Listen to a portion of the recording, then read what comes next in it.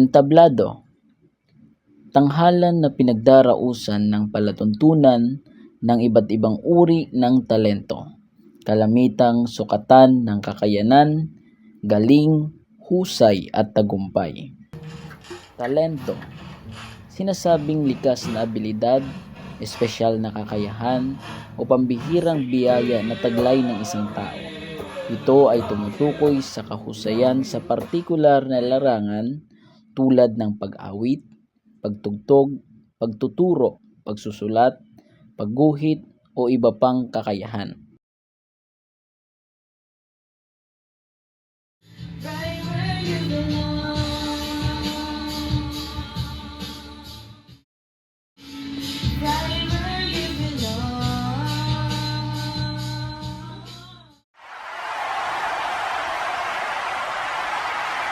Tagumpay, estado at katuparan ng mga pangarap, layunin o pinaghirapang mithiin na bunga ng paghihirap at pagsisikap. Higit sa material na bagay, ito ay ang pakiramdam ng kasiyahan, layunin at pagtatapos ng mga binalak na gawin. Marahil ito ang kahulugan at pamantayan ng mga tao sa mga salitang ito. Ngunit ano nga ba ang talento, entablado at tunay na tagumpay sa pamantayan ng mga Kristiyanong naglilingkod sa Panginoong Diyos? Ano nga din ba ang tunay na kaligayahan?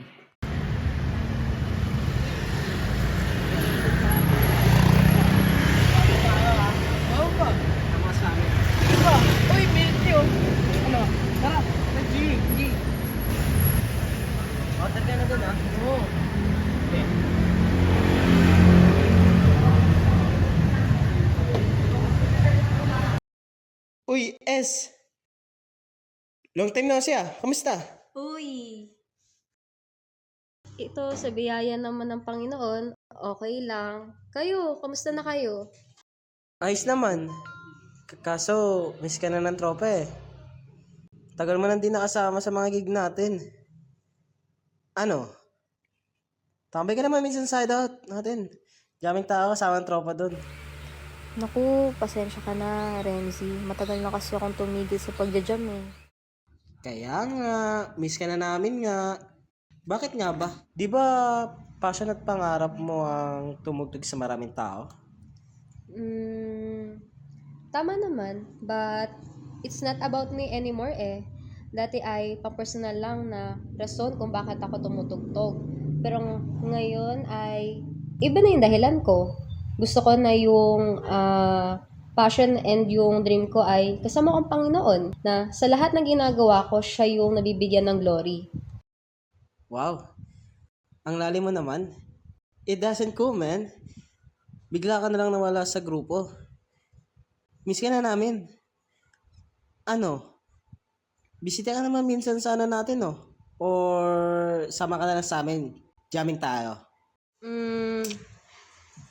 Naku, pasensya ka na, Renzi. Magagawin kasi ako mamaya eh. May practice yung music team namin para sa nalalapit na musical event ng church namin. Hay nako, ang KJ mo naman ngayon. Church musical event. Kikita at sisikat ka ba dyan? May darating na concert ang grupo. Tara, join ka. Hintay ka namin dun. Naku, Renzi. Masaya ako sa buhay ko sa aking ministry. Ngayon yung ministry na meron ako, ito yung entablado ko ngayon. Hindi man para sa makamundong pagtatanghal at palakpak ng maraming tao, pero ito ay paghahangad ng validation ng Panginoon at yung kalaguran niya. Anong ministry? Ano ba yan? Nakakain ba yan? Yung ministry na tinutukoy ko, Renzi, ito yung music ministry. Ito yung ministry ko sa aming church.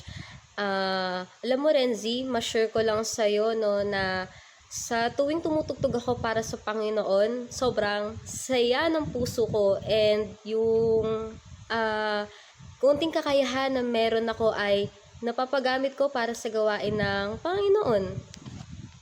And alam mo, through that, marami nabibless na tao sa aking musika and ganun din sa music ng team namin.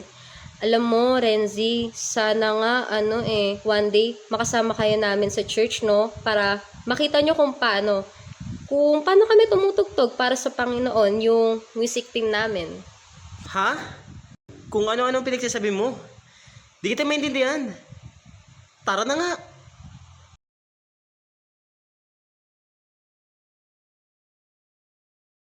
Ako, KJ? Hindi kayo. Natutunan ko lang ang tama. Ngayon, sa buhay ko, nais ko malugod ang Diyos. Ang aking talento sa pagtugtog na kanyang ibinigay sa akin ay nais kong gamitin upang makapaglingkod at makapagbigay ng kapurihan sa Panginoon. At nais ko ding ibahagi ang talentong ito at ang aking musika sa ibang kabataan na nais ding matutong tumugtog, maging sa mga members sa aming church o from other churches na maaring makarinig ng aming musika at mabless sa aking pagtugtog. Approval of man no more, yes to the approval of God. So what we can do now to be able to endorse our products and to increase our market is that we can book bloggers who are moms. These bloggers will produce our main content about cooking for their children, like Miss Concruz. She has 8 million YouTube subscribers alone and 16 million Facebook followers, TikTok, and Instagram. And she's not even an actress, but a working mom who loves cooking for her children and making content, which make her credible and authentic. Sounds great. Good idea. You know how consumers will think if you was an artist. What are the platforms involved again? Again, we can do Facebook, TikTok, Instagram, and we can do also IG Reels and Twitter or X. Very well said. You really deserve the marketing manager position. Once again, you convince and impress us with your bright ideas and beautiful presentation. Because of that, I will award this special campaign project to you and your team. Wow! Congratulations. Thank you, boss! Congratulations, Miss Anna. Thank you, guys! Thank you, boss. Thank you, boss!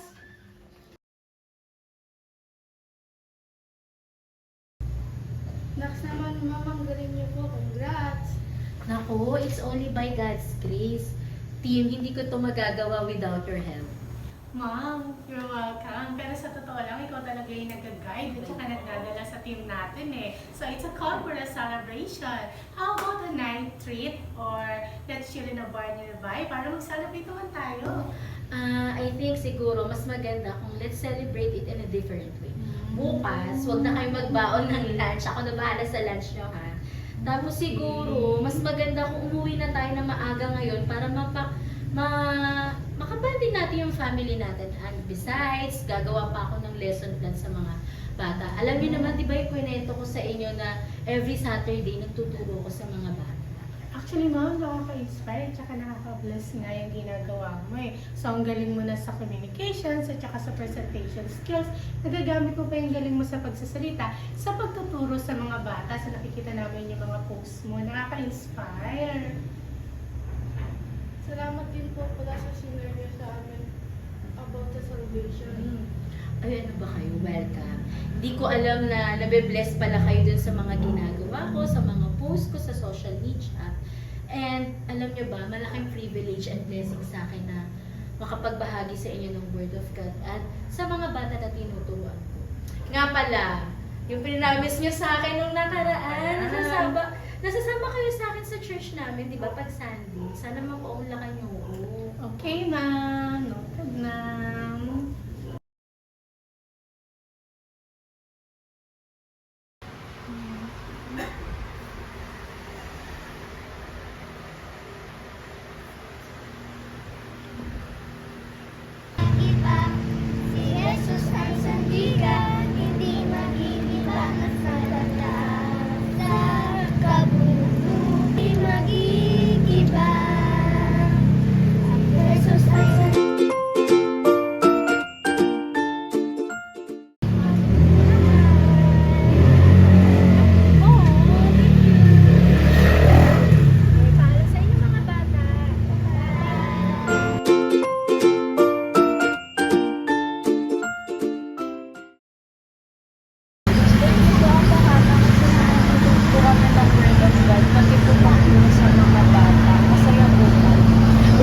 Wow, walang ano man. Sana makasama pa kita lagi sa pagtuturo sa mga bata. Sobrang saya ka talaga.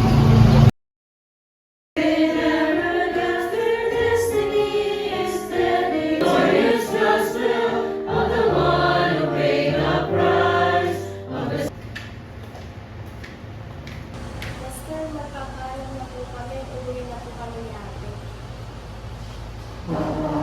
Okay, sige.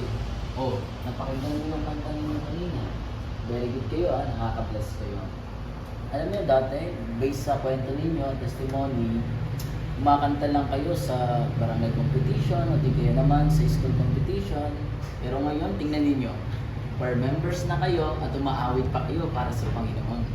Thank you po, Pastor. Blessing po ng Panginoon. Kaya po kami nakakaawit. Iba po talaga yung joy ng maawit at nagpapagamit po ng boses para po sa Panginoon. Tama. Kaya dapat ipagpatuloy ninyo ang inyong ministry sa pag-awit at pagbibigay kapurihan sa Diyos. At lagi ninyong pipiliin na ipagamit ang inyong magagandang tinig para magbigay kapurihan at kaluwalhatian sa Panginoon. Opo, Pastor. Good night po, Pastor. Tawaan kayo nawa ng Panginoon. Ingat kayo. Handog na din sa inyo. Ingat na po kayo, Pastor.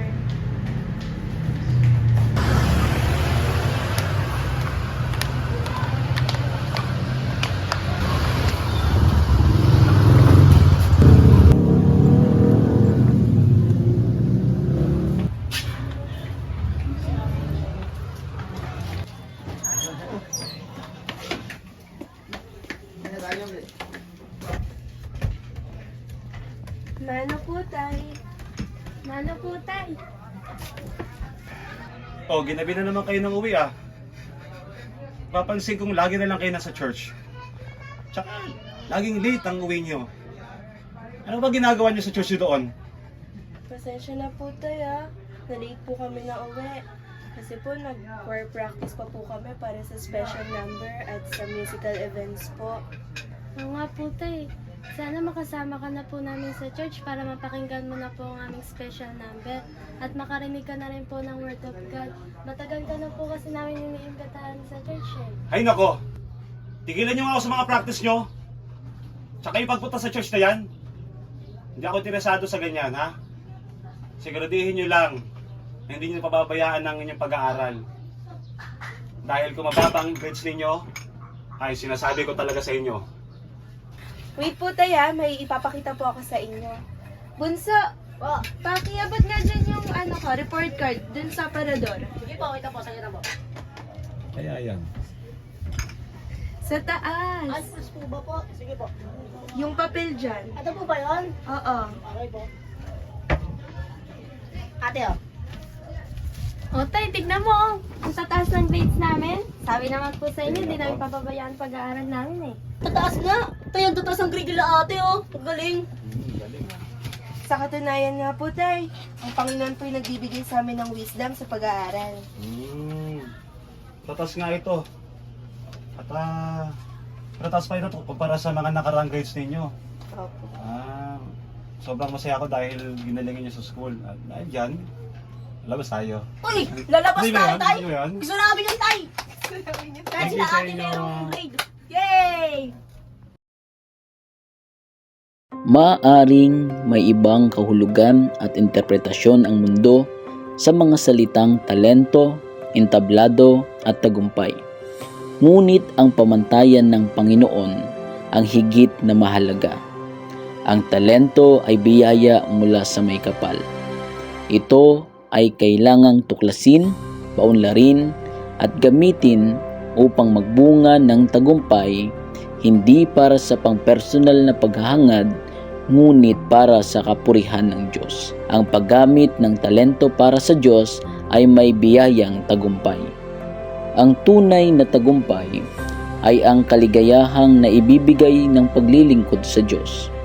Ang pagtungtong sa entablado, sa pagpapagal at pagtatanghal ay ang paggamit at pagganap sa mga kakayahan na ibinigay at ipinagkatiwala ng Diyos sa atin para sa kanyang kapurihan at upang maging biyaya din sa lahat ng makakapanood, makakakita at makakasaksi sa iyong pagpapagal. Hindi ang palakpak ng tao, kundi ang palakpak at approval ng Diyos na hindi matutumbasan ni naman. Ikaw, Kristiyano, sino nga ba ang nais mong matanyag at maihayag sa iyong buhay? Saan mo nais gamitin ang iyong talento at kakayahang ibinigay sa iyo ng Diyos? Kailan mo ito gagamitin at ibabahagi sa iba para sa kapurihan ng Diyos? Ang panawagan sa pagtugon at ang entablado sa paglilingkod ay naghihintay.